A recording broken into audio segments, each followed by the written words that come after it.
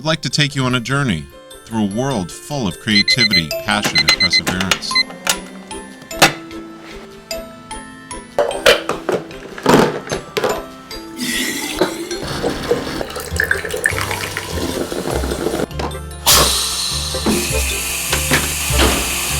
A world that resonates with new ideas and concepts that are original in today's society.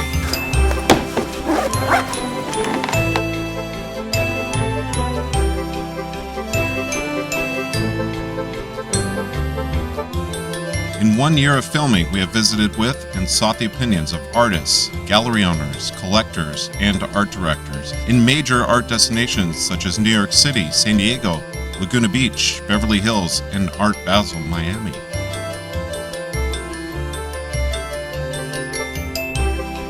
I'm going to introduce you to the leading minds in today's contemporary art world. There's no better place to show you this world than from within it. My name is Townley. I live in Laguna Beach with my beautiful wife, Adela, and this is my gallery. It takes a team of people to run a gallery. This is Ben. He hangs the work every month and makes sure the gallery looks clean and perfect. This is our art director, Pam Squires. She makes sure everything runs smoothly in the gallery.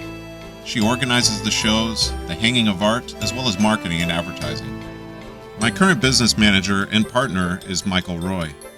Mike takes care of all the business side of the gallery. If it wasn't for Mike, I don't think the business would be where it is today. Bill Bradfield is our leading fine art sales consultant. Bill has been a salesperson all his life, always with an appreciation for the arts. He and I have taught each other a lot in the past 10 years. He taught me about sales, and I'd like to think I've rubbed off on him as far as fine art goes.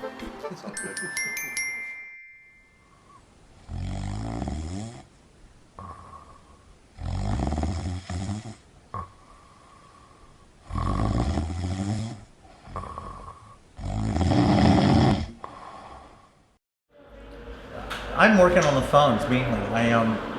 I work the phones. I call on interior designers and follow up on potential art leads that I get over periods of time. If you want to be successful in the art business, you've got to really stay on the phones. It's like any business really. I'm a sales and marketing professional, and I love the art world and love selling art, and so it's pretty easy to get on the phone and make the calls. Well, these are one of a kind, great little souvenir item. Matches your coat. I know exactly. I was noticing that. Yeah. Probably selling 4 or 5 paintings every month, if not more. Our busy time here in Laguna is typically spring through the into summer. Bill is a people person. He will pet every dog and say hi to every child that comes in the gallery. The way Bill becomes friends with all of our collectors has helped us through the years. He helps find that perfect piece of art for clients. He's passionate about people, and he's passionate about art. This is what makes him a great fine art consultant. $10,000 tonight. It's the goal. What's the goal? 10,000. All right.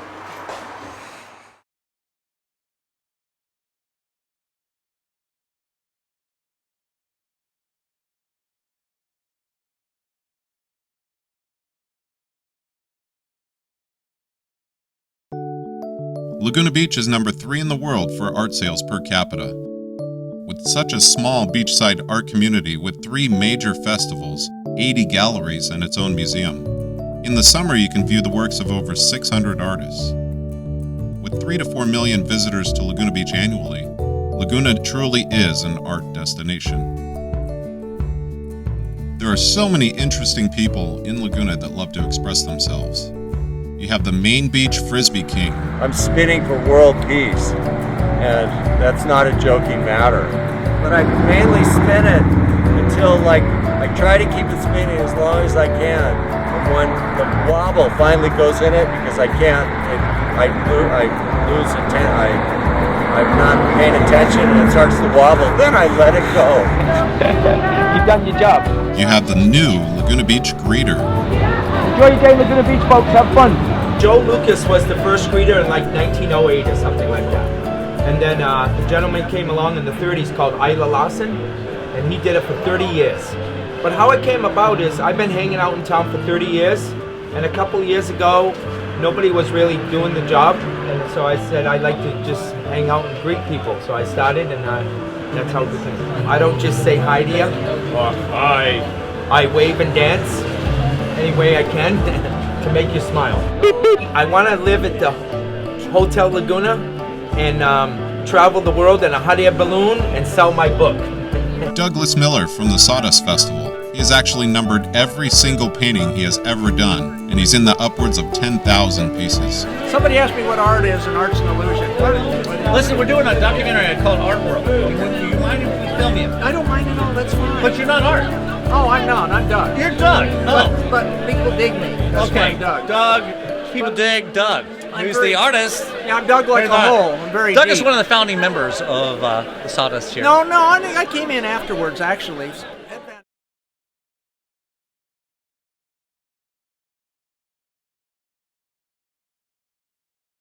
We did a huge call to artists at the gallery to interview artists for this film.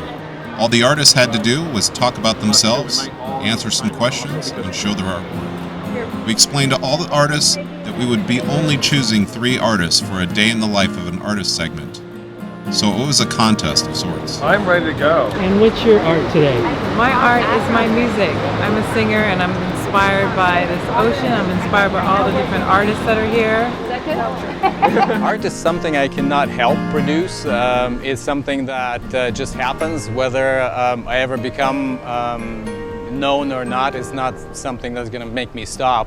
Do you aspire to be recognized widely for your work? Do you want to be famous? I don't really think about that, you know. I think about doing a piece of work, and when it's done, getting that sort of rush. I would like to be famous, but before I die. I don't want to be famous when I'm dead. I would like to be known as one of a group of women painters. I do this for myself, but I'm happy if this can make a person smile for a second or two. I choose to create.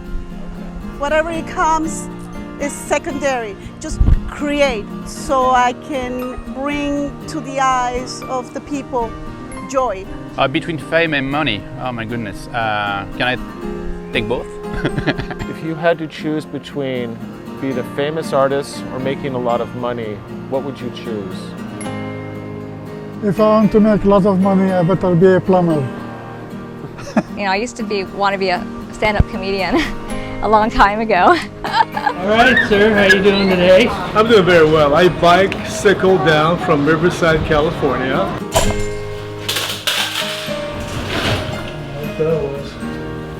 My name is John Dingler. I do mixed media sculpture in a sense of fame for the sake of being well known. No, I don't want fame. I want recognition as a person who's a leading idea person in the field. So what the work does will last hopefully forever. The other things are nice, but I think it ultimately is a double-edged sword, and it can detour from really good art. Fame is nothing. It's nothing but a word. And the reason for that is you either become famous or you don't. There's some serendipity with it. I think notoriety is a better way of expressing what I'd like to see happen, because I think the artwork needs the notoriety, and hopefully it pulls the artist along with. Fame is an irrelevant kind of nice holiday that ends. All I want to do is be the most significant painter of the 21st century. That's all. You know, hey, you know what? I paint not to be famous. I paint because I have to. I have no other. This is what drives me. This is my want engine. Fortune is more where things coincide and great things happen. Probably fame rather than fortune. You know, fame brings you a lot of things. If it doesn't bring you money, I think you're probably better off. Fame it's kind of like wealth. What is wealth? When someone is rich, they'll always look at someone who's richer and say, oh, that person's wealthy, but I'm not. Oh, fame. The idea that everybody knows my name and everywhere I go, someone's going to be knowing me. Fortune is, you know, how rich are you, but what do you consider rich? You know, monetary value or the friends you have? No one will ever really attain fame. They'll never have enough of it, so it's not really something to strive for, but I do think recognition is a great thing. It's, I never really thought about it. It's something that's just, it's kind of more of a dream than a reality. So the beautiful part about this segment was to see who wanted to show up and be on film. Who wants to be famous? I guess this goes to show they all want to be famous.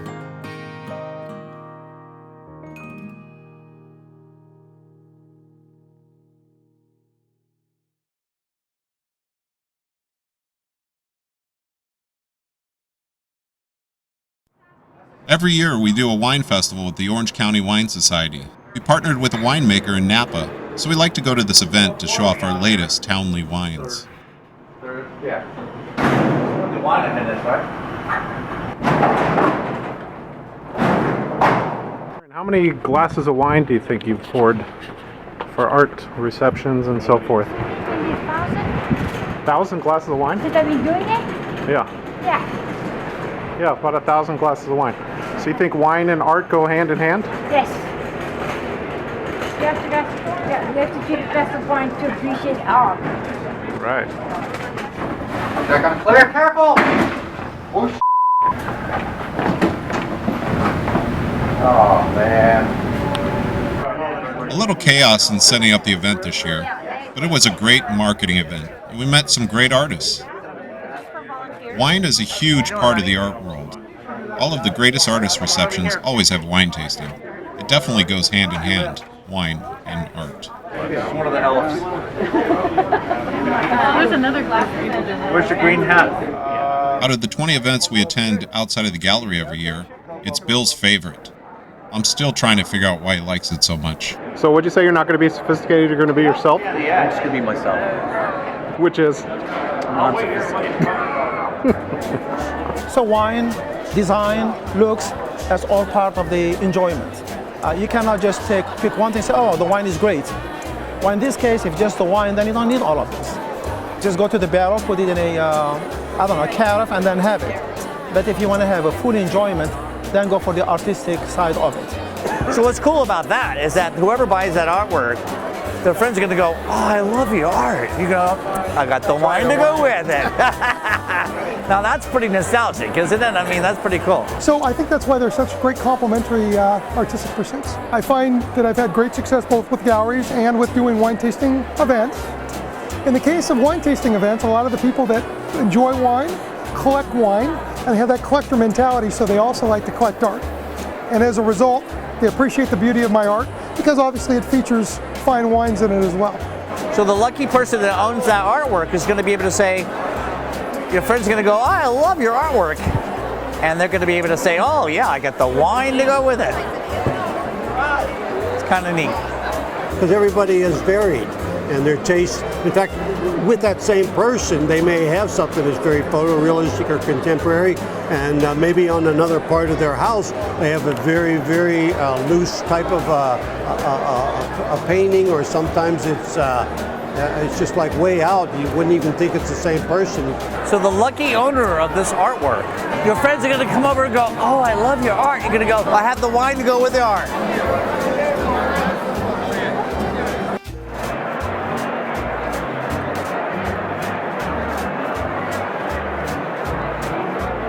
This is some damn good wine.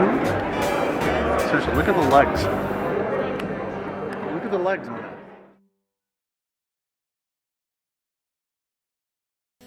I want to welcome you tonight to our first annual Halloween event. And I'll tell you what, the sponsors want me to let you know to get ready. They plan on having at least 30 more of these. By the way, this is your host, Shane Townley, everybody. Everybody say hello to Shane. We want to make this is the first event. We want to make this the best of 30 that we're going to have after this. This is first of 30. So we're going to take it to a bigger venue, obviously, but you guys give yourselves a round of applause because you're here for the first one. Sold $1,000. We have focused specifically on a particular hospital in Santa Ana, which has 20 paraplegic children who will most likely be in a wheelchair for the rest of their lives. All right. Sold it. Way back for $2,000. Sold. How about another? So we got two. We just raised $5,000. Children need fun things to do as far as art goes. It also helps give them a sense of accomplishment, creativity, and hope for their future. On holidays such as Christmas and Easter, we bring Santa Claus and the Easter Bunny, as well as gifts for the children. Last Christmas, we had 17 volunteers show up and help entertain 17 kids from the hospital.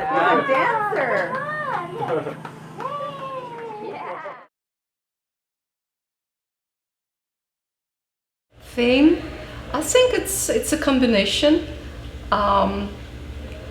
Definitely talent, inspiration, passion, belief, perseverance. Also, good luck. I definitely want to leave something behind me. I want to be known in Europe, definitely in this country. I would love to be in New York, in San Francisco, in Los Angeles, here in Laguna, but also in France and Spain, everywhere. I want everything. A little Napoleon. What are you gonna do? Am I ready? Allegra is an interesting artist. We found her at the filming of the Fortune or Fame segment. She was one of the 3 that we chose to go into her studio and learn about her thought process and her creative process. Learn about her as a person. What drives her? What motivates her? Life is my passion. Art is my passion. My daughter is my passion. I have passion everywhere. Just can't help it. I'm a very emotional person, so it depends on my mood, depends on someone who affects me that particular day. I come up with a painting. I think paintings, it's outburst of... It's my way of communicating. When I decided to go back to the business world, I sent my resumes everywhere. I contacted my friends, I contacted people in the high-level executives, requesting what I studied for, and pretty much received, "We cannot help you." I felt like I was not good enough, and nobody wanted me. I became, I don't know, I was very, very sad. It's almost like I lost hope. I needed to bring back the creativity to help me, to pull me out of that stage. So I went to the art supply store and I walked there around and I didn't know what I was doing there. And they had this pack of 6 canvases for sale. I bought it. I bought some acrylic and went home and I painted it. I felt so much better. I painted it actually. I placed all those 6 pieces on the wall and I painted on the wall. My parents came for dinner and my mom, who's a perfectionist and her opinion means a world to me, she looked and says, "Oh God, I love that. Where did you get it?" I have a goosebumps again. I said, "Mom, I painted it." She goes, "No, you didn't." I said, "I did." She goes, "Don't stop. Continue. You're talented." Her approval meant a world. And I never stopped since. I could not stop painting. I cannot have enough of this. I abandoned my friends, I abandoned my personal life. It's all what it matters. This is like my lover. In 5 years, in the galleries in Europe, I want to be in New York. I want to be recognized and present. I want people to hear what I want to say. How much I love the world. I love people no matter what. I'd love to bring that international in every home. I want to help and change their lives for better. I want them to look and smile at the paintings. I want them to want to travel. I want them to have that exposure. I want inspire curiosity, love, passion.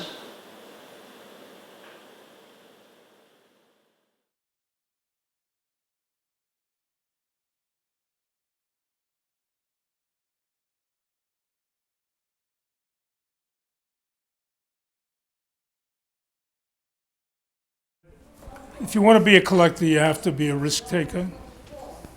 You have to learn that collecting brings a lot of joy and benefits, but there are also some pitfalls, and you have to be willing when you start collecting to understand that people who are in the field know a lot more about it than you do.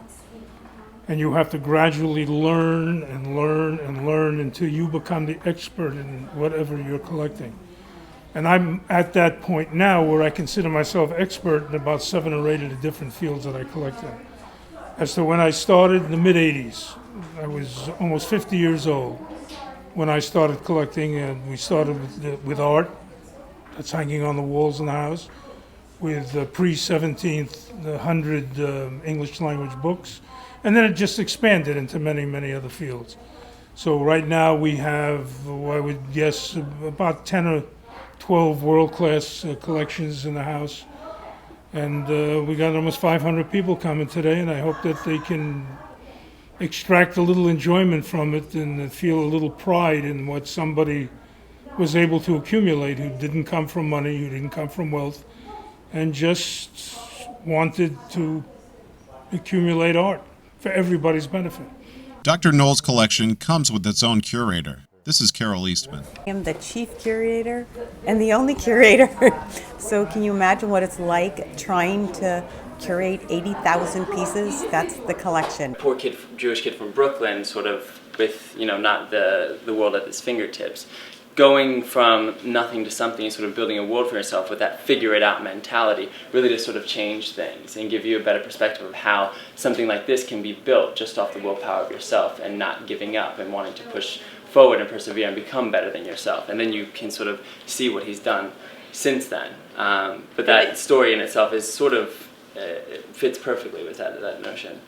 Dr. Knoll has purchased items at a time when no one else was buying. So nobody was buying academic art at this time.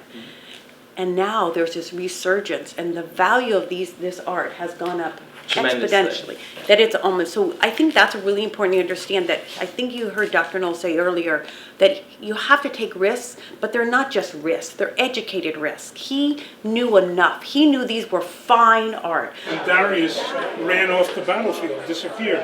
They never killed Darius. They never found him. After the battle, this is Darius's wife and the mother and the kids. They're pleading for their lives, and what they did is they pled to Alexander's boyfriend, who is outside thinking he was Alexander because he was a magnificent, really, male-looking guy. They pled for their lives with him, and he came on the scene, and he's telling them, "Don't worry, you went to the wrong guy, but I'm going to spare you." He later married her and had a child with her, and may have killed her, we're not sure. And Darius lived to fight another day and then died fighting in another battle. But that's what that is.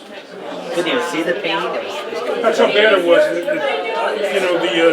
The finish they put on it got discolored, was so brown you can hardly see it. I took a big risk when I bought this. I was going to say that's pretty risky buying that, not really seeing it. You only gonna get a collection like I have by taking risks. And you get taken sometimes, but sometimes you don't.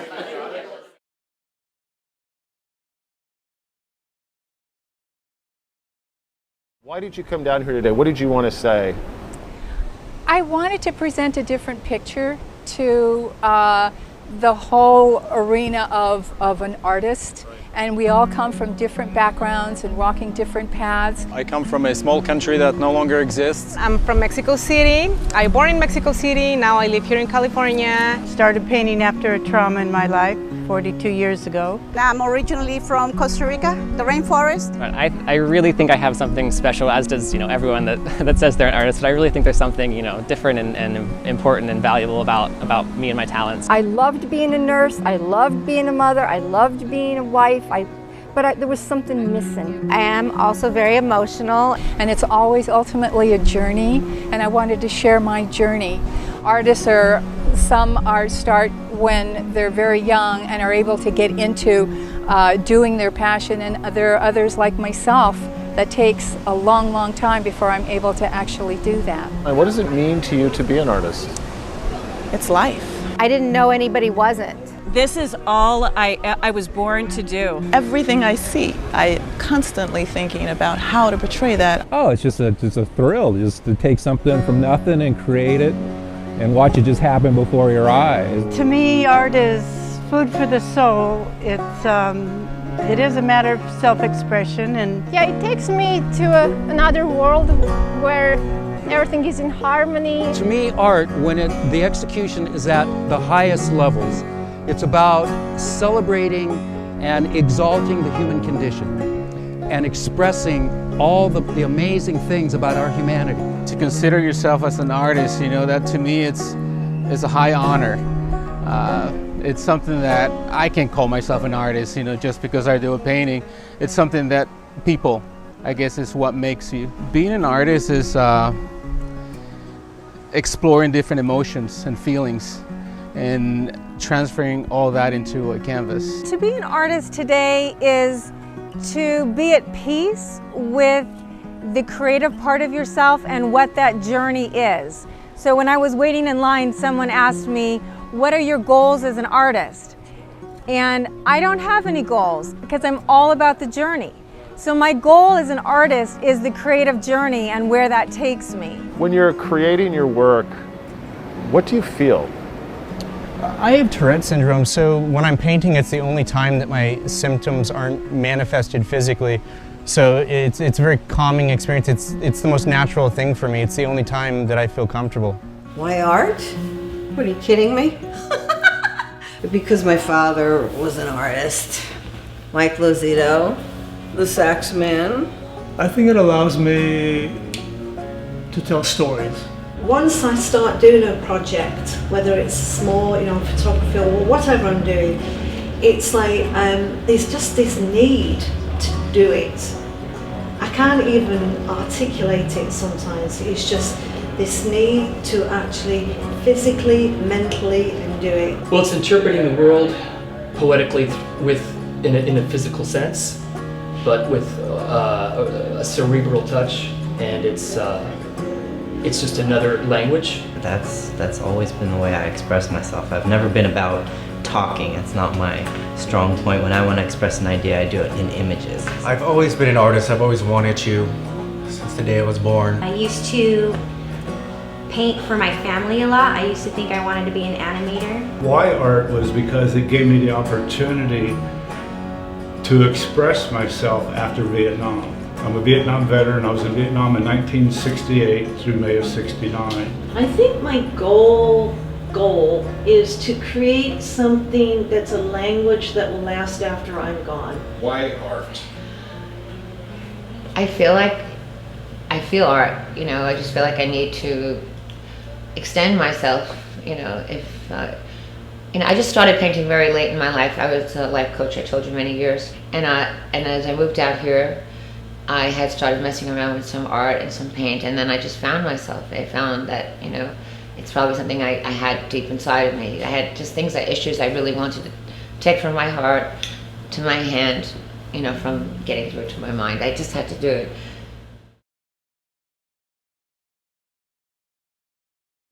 Maddie Russo is a brilliant artist. Her ideas and concepts are so full of life. She makes you feel passion for what she is doing through her enthusiasm, and she is always excited about her latest creations. I mean, some people go bang, they have a painting and move on. With hers, it's like it starts here, and then she sees something else, somewhere else she wants to go, and it becomes a long journey. This is one of her first Pollocks. She did that whole thing with a toothpick. I think we got some oops paint from Home Depot, and she just started to go to town. She was totally in love with Jackson Pollock, and every line crosses. She made every line cross. If you look at it, it's quite an intricate, detailed work. It's called Laguna Beach. It's the first time I ever went to Laguna Beach in my life. And I took this big canvas, the first time I put a canvas. I love it because it feels like leather. I want to wear it. It's so nice. It's called Sunny in Space. I made it for my stepson, Sonny, who's going to be the next Steven Spielberg of the future. That's Fat Tuesday. This is a painting, my first self-portrait I've ever done. This is part of a series that I'm doing, Border Injustice. This is the first one I did.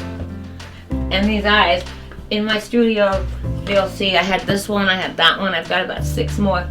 All these eyes, I just kept making eyes. This is my Jimi Hendrix Purple Haze special. This is a great painting right here. These are called Ransom Notes. I put much work into this painting. These are 2 songs that my husband wrote. And these are going to be in a library one day, I know. This I just made for Sudan. It's actually a collage. I sanded it down to nothing. It's in the way it is. And then I repainted it, hand painted it. And this is Siggy. The Ring was the first really great opera that George did. The art direction in the LA Opera was phenomenal. The costumes were insane. Yeah, that was the same period she was doing. After she started the Guns in America series, she just started to kind of get into things that were more political and had more of a message. I know that this was, some real, maybe a Democratic congressman or something would want this painting. I just had to do it. This is one of my favorite paintings ever.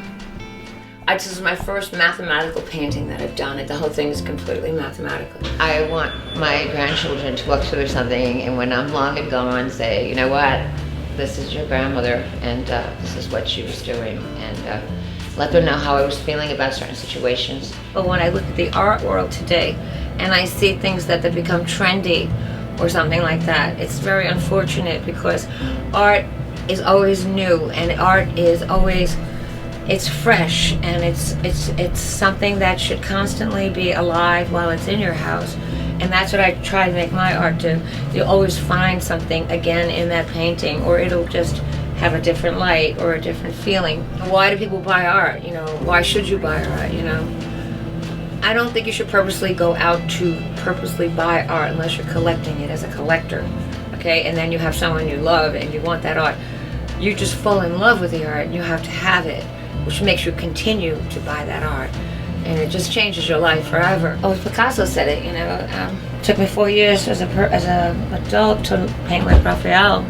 It took me, a lifetime to learn to paint like a child again, to make things look like it wasn't so much. So it's comfortable in your home, but there's a message there,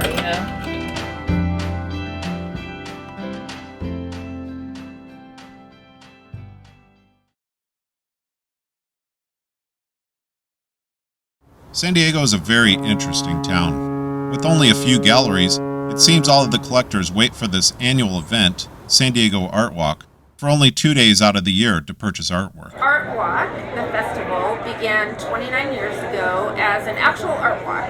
People would go from building to building, empty banks and warehouses, and it was scattered throughout downtown. And this was started by artists in 1984. 29 years later, it's a festival setting, bringing people out into the streets and having great food and fabulous music and a kids area. And all of these activities really attracts a lot of people that may have never considered going into a gallery or purchasing original art, and we really want people to think about purchasing original art from artists as opposed to a poster or a print or something.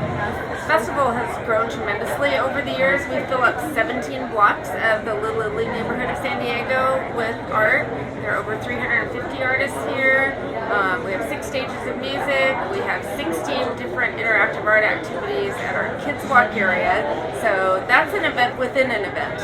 You will see everything here from very traditional painterly styles and almost like the old masters to edgy graffiti type art to fine jewelry, and even the theaters in town and the symphony and the different cultural institutions take booths here, because this is really, besides just being an art festival, it's a community festival where all the arts come together. So we try to provide a palette, if you will, where all these different art groups can express themselves. We support many different nonprofits through this festival, all the art education groups, all the theaters. This is really the melting pot for all the arts to come together in San Diego. So you'll see everything here.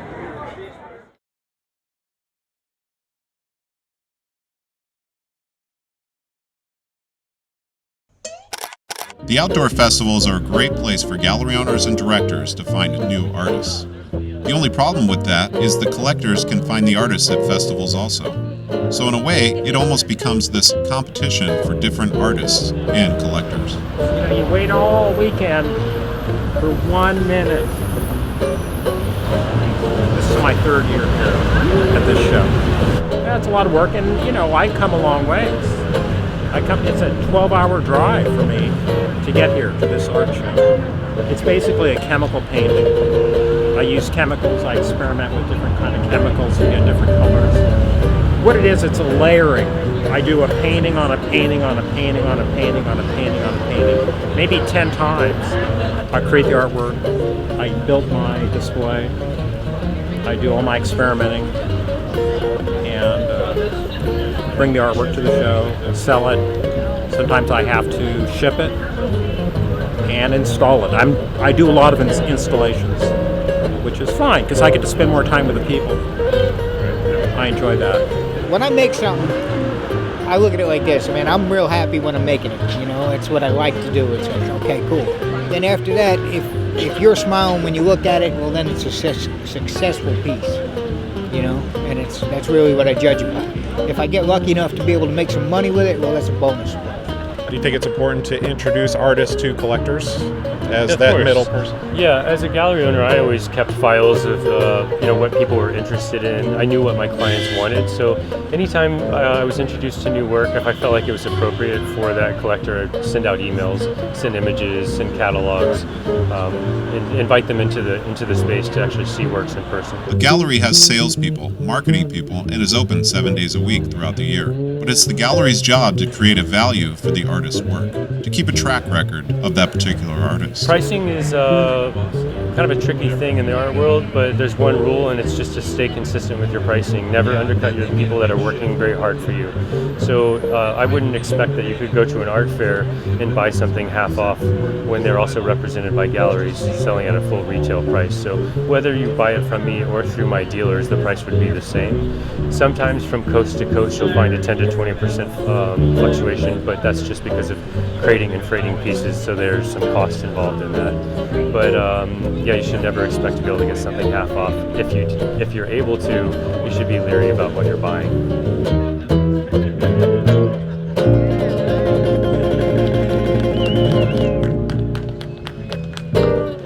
Thank you, you're very kind. Thank you very much. Thank you very much.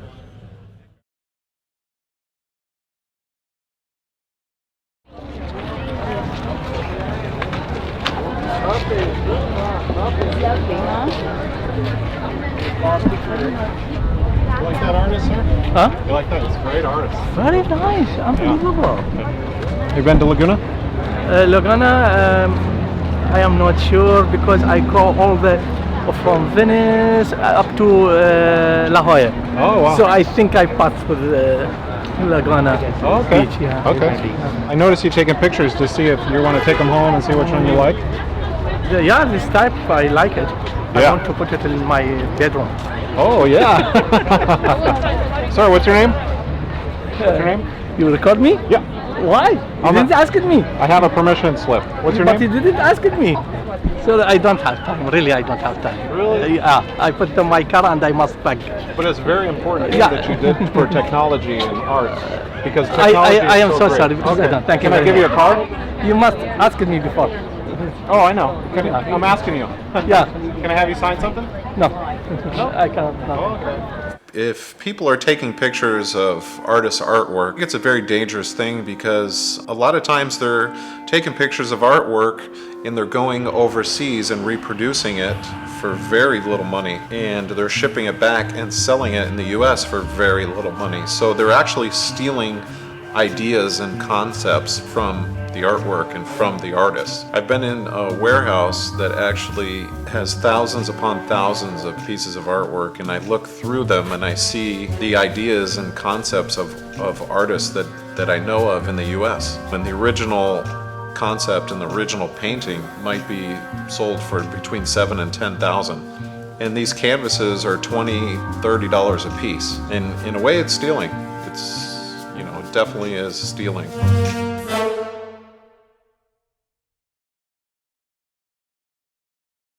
technology a tool? Is it a positive thing? What does technology mean to you as an artist? I think it's both positive and negative, because as far as the internet and promoting yourself through that, it's definitely easier than, you know, before that existed. As far as art, I'm not really a big fan of it, because in real life there's no Control-Delete on a painting or a photograph. I started doing it because I was doing a lot of digital art. And we are all very digital right now. We stopped looking at each other. We stopped understanding each other's reactions. And when we don't understand each other's reactions, we don't communicate. And when we don't communicate, we are defensive. And that's why a lot of violence and misunderstanding is happening, because we just don't talk to each other. Working on some photography, I ended up having a camera and decided to take some photography lessons, and was initially frustrated by what you can accomplish with photography. I didn't want to be limited by that. I'm glad I took the lessons, because I've used photography a lot in my work. I use it to shoot the skies that I paint from, and of course I also use it to shoot the skies to put them on the website when I finish them. There's so many things that are possible. That's a pretty hard question to answer, but there's so many different medias coming into play now, computer, videos, everything considered art. I do photography through the microscope of crystals that we grow at home. I go hunting on the microscope slide for a picture that I like. I was a graphics coordinator. I never touched a computer in my life for art. I was very against it, but I discovered how to use it in an artistic way, and I developed the style that I do. I teach at 3 campuses. I'm adjunct, and I teach a lot of online classes now. So I'm in my studio painting, as well as doing some online classes and commuting and teaching it at the campuses. You know, as far as technology, the internet, I mean, obviously I'm a fan of it. I use it to learn, as a learning tool, definitely. As art, I'm really not a big fan of it. I feel like people use it less of a tool and more they rely on it. I have a website, I have a blog. I see it as an asset to marketing. On the other hand, it has kind of killed a lot of the momentum that a lot of galleries have had, because they were the only way to promote artists. Mediums that you create with your hands, there's oftentimes like happy mistakes that you can make, or things just kind of come out you didn't really expect them to. I think with the internet too, and like online art, it kind of creates this unrealistic expectation of who we should be and what we should look like. I'm definitely a fan of the raw beauty, sometimes unconventional too. I love to talk about it because this is just something that's so fresh and so exciting for me. The latest thing I'm doing is doing CGI animations, you know, computer-generated imagery, along with my music compositions. And so I'm doing moving art. So there's a technical bent in me coming from a whole generation of engineers. So yes, to me, the technology is some of the most exciting stuff and the things that we're going to see really change in the future. Can we film you through the day in the life of an artist? Oh, I love that. Every artist has a different medium. Craig's medium is using technology to make music as well as art. He's also a fine artist and a painter. It's funny because to me it's all the same thing. I'm Craig Sibley, and the medium I work in is just about everything. I do oil painting, sculptural work, architecture, animation. I'm a composer. And then this is my family. This is my wife Lillian and my daughter Britta. And we have a great life out here in the hills and just love it. You know, a lot of the things that you'll see through the house I actually designed and built. Right in here actually is my main workspace. So this is a combination shop and studio. I'm actually just finishing up on a sculpture over there. I like to work a lot with non-ferrous metals, exotic hardwoods, that kind of stuff when I'm working on my sculptures. So one of my big heroes is a fellow named Nikola Tesla. And Nikola Tesla was probably more influential in modern technology that we use today than even Edison. The thing is that there was this big, ugly mess where Edison actually electrocuted animals and all kinds of things to try and show how deadly and horrible alternating current was, and he even took the thing on the road. And that period of history is known as the Polyphase Tribulation. And the name of this piece is the Polyphase Tribulation. And there's actually quite a few things in there that are dealing with sine waves and power transmission and things like that. So I'm one of the only, actually I'm the only artist in my family. Everyone else is engineers, but I think I got a little bit of that engineer guy in me, you know. So so I did some research on technologies and that sort of thing, and that's polyphase tribulation. This is everything to me. This piece right here. This is where everything I do seems to center around. I couldn't do half of what I do without this computer, because this is where I do my music, this is where I do my animation, I do my architectural renderings. This is something that I'm the most excited about these days, is using an architectural program to do art videos along with my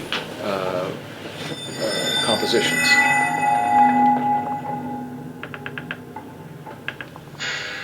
It just seems like it's one door after another that's been opening up for me. It's just been phenomenal. Craig Sibley, and your medium. Painting, sculpture, music, animation, furniture design, architectural design, and a few other things in the middle of that.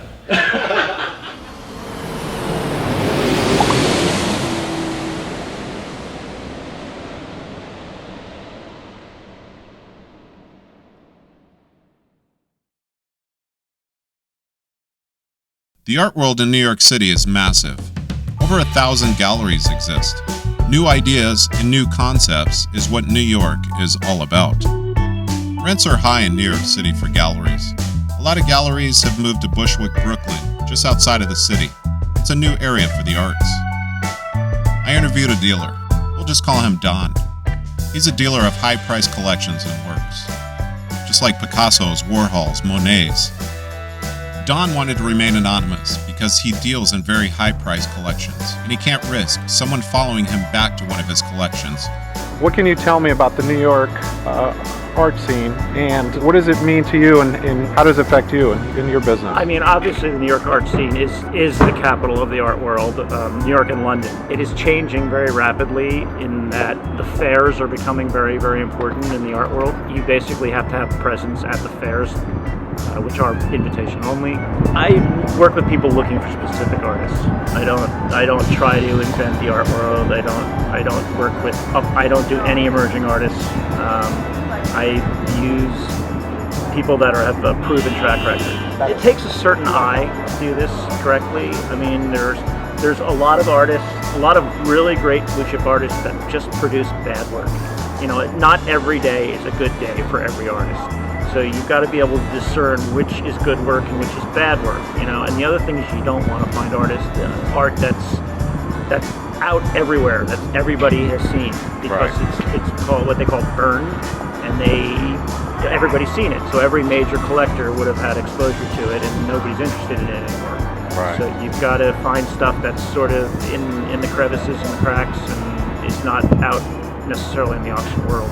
So those two things are what really drive me when I'm trying to make deals.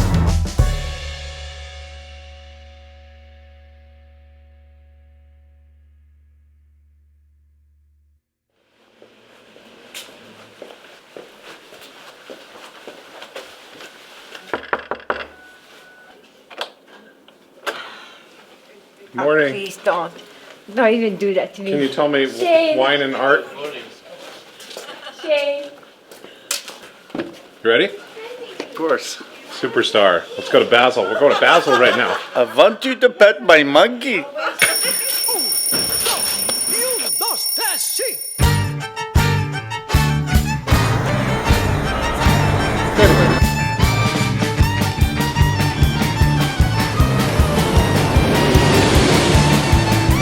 People fly from all over the world to go to Art Basel. It actually started in Switzerland. It's the most famous, largest indoor art show in the world. So they actually opened one in Miami 23 years ago. I told Bill, Ben, as well as Elena and my wife Adela that we would be going to Basel and it was the most amazing, incredible experience. All of South Beach turns into one big art show.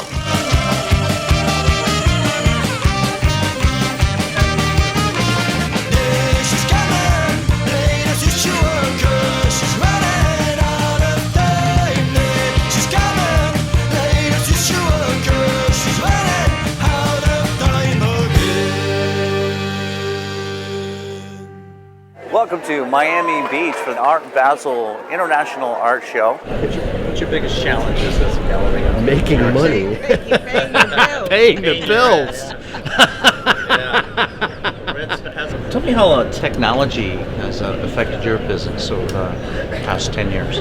We just actually launched a new website, and we do something that a lot of people don't do. It's called a virtual tour. It looks like a video, but it's done with panoramic photography. I mean, I think it's a great way to get information out. It's a great way for collectors to learn about art. But at the end of the day, a digital reproduction has nothing to do with the experience of standing in front of an original work. Right. I like modern technology. I know there are a lot of snobs in the art world, and they don't like, he doesn't like it either. But there's a new press. It's called the Iris Press. It's run by a computer. And if you use this press, it's what you do with what you have. And for people to criticize this press because it's run by a computer makes me crazy. Because if an artist uses that press, he can make anything. He can go as far as he wants to go. What are the challenges being a gallery owner in Korea? Actually the biggest challenge is the fact that it's not the art center of the world. I feel like there's so much talent living in Korea and we don't get enough chances to show them around. So for us, these art fairs is really, really important. I'm very curious, what are the differences between the European art collectors market and the Northern American? I think traditionally, the market's always been very strong in America, and I think it's caught up now in Europe. The interesting markets are other areas who are now starting to invest heavily in art and buy art and look at art as a serious investment and a serious asset. There's a lot of galleries in Paris, right? Yeah. So what is your biggest challenge?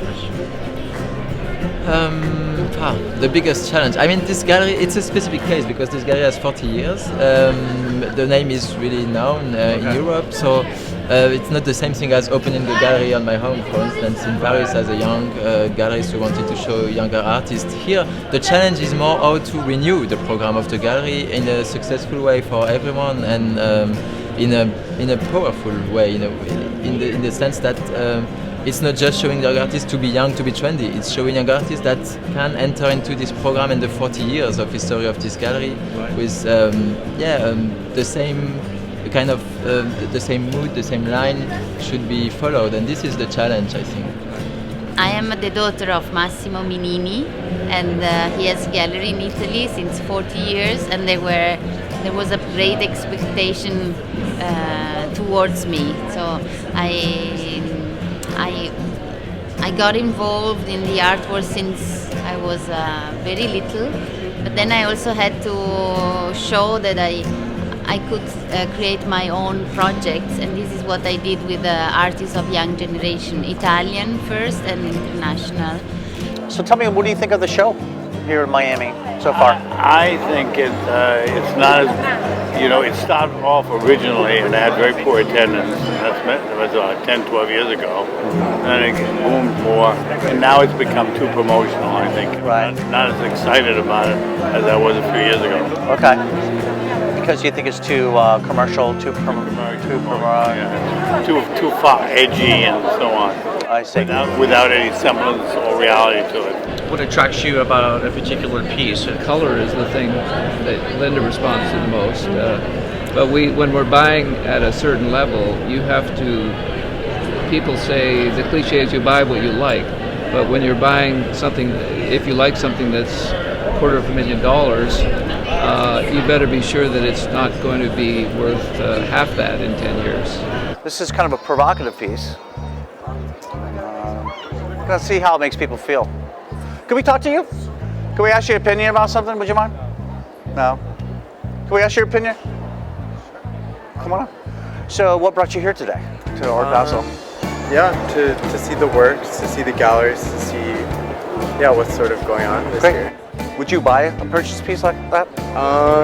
I'm not sure. I don't know the artist. Right. I think I'd have to probably like see the artist, his work. Right. Excuse me.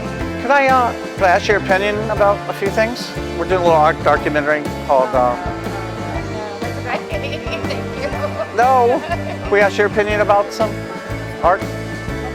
Hey, can we ask? Do you speak English? Hey, can we ask your opinion on some questions now? Hey guys, can we ask your opinion on the show today?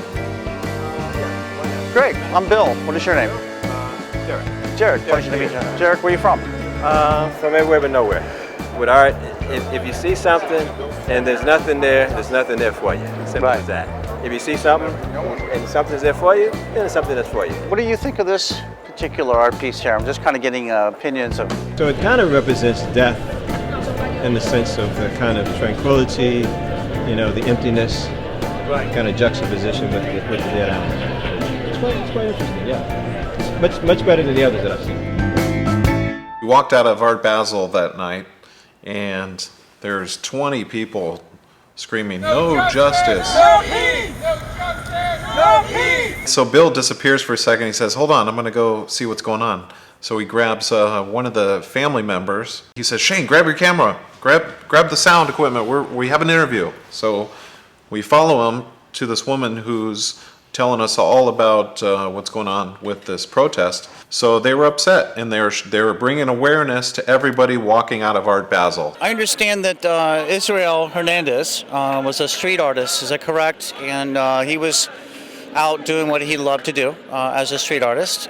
And tell me a little bit about what happened. Yeah, so this is a young artist, 18-year-old that grew up in Miami and, was growing as an artist, which would benefit, we see the development of young artists in Miami until we have a growing artist community in here. And, we see it through Art Basel as well. And he was on August 6th this year, 2013, he was out in the streets of his neighborhood, tagging an abandoned building that was already tagged. And he was, identified by the police, Miami Beach police, and chased. And the way to stop them is that they tased him in the chest, and he died immediately because of that. So tell me, what would you like to see from your demonstrations? What would you like to see is the best possible outcome of your demonstrations here today? Well, our final goal definitely is to have justice for Rifa, and that's the name of our campaign. Rifa is his artistic name. That's what we want to see. We want to see an investigation. We want to see the cop charged and disciplined for this. And we want to see the taser policies in the Miami Beach Police Department. That's the final goal. What we want to see right now is definitely a recognition by the artist community and the Art Basel community and the city of Miami Beach that this is not something that we should be doing to our young artists, If it's a city that loves art, we should definitely be protecting our young artists. What do we want? Justice for Rifa! When do we want it? Now! The morning after the main event, we went to a champagne brunch in a hotel with a giant swimming pool, and champagne was flowing. We met a lot of interesting people, very interesting people. Oh, I love the camera. Oh, I can see myself in the reflection. That's wonderful. Did you want to see my tie? Hi. I'm under impression that this is a fashion show, not an art show, a fashion week here. Darling, every day in Miami is a fashion show. There you go. I really love her. I'm moving. Can we move? Can we all move here? Where are you from? Oh, I'm from all over the place. Do you mean today, tomorrow, last year? Today? I'm from right here in this chair. Art Basel is amazing. It's a great deal for Miami Beach. We're loving having everybody from all over the world here. What inspires you? Oh, I'm inspired by this. Beautiful day in Miami Beach. The collision of art and fashion is sort of what lights us up and brought us down here to Art Basel. I have an exhibition opening at Art Aqua. The Aqua Hotel, it's a solo show called Uncensored. And I've been encouraging people to express themselves because I find that it's very difficult these days to talk about politics, religion, sex, death, in the sense of how poets talk about death. without offending somebody. I hope he's not recording this. You know, I don't have favorite wines. I'm not a wine connoisseur. I'm not an aficionado of really of anything. But like most folks, perhaps I just love, you know, what I love. And I don't care whether, you know, we pick it up at JCPenney or in the design district. So it's art. As long as you love it. As long as you love it. Absolutely, yes.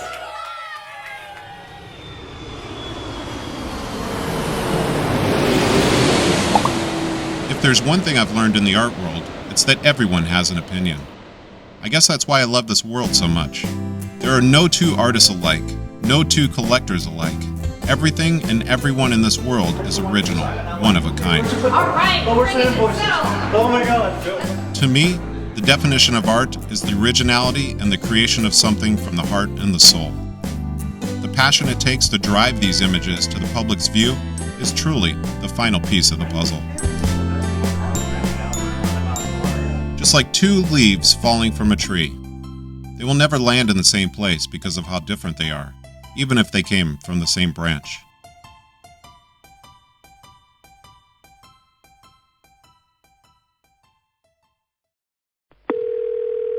At the tone, please record your message. In a world where artists are legends in their own minds and gallery owners just want to be king of something, art collectors, borderline hoarders, and art directors just like hearing themselves talk and telling people what to do. This is ArtWorld. If you could voice over me, can you use Catherine Zeta-Jones for my body?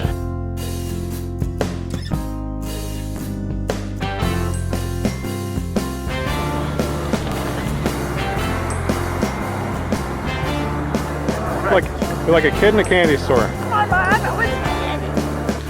Where's my Bloody Mary? What is your favorite piece of art that you've collected so far? My wife. Your wife? All right.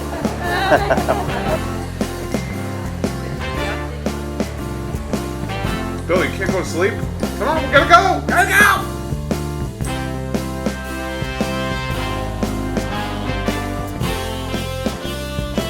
Documentary here. Well, we're going to catch next.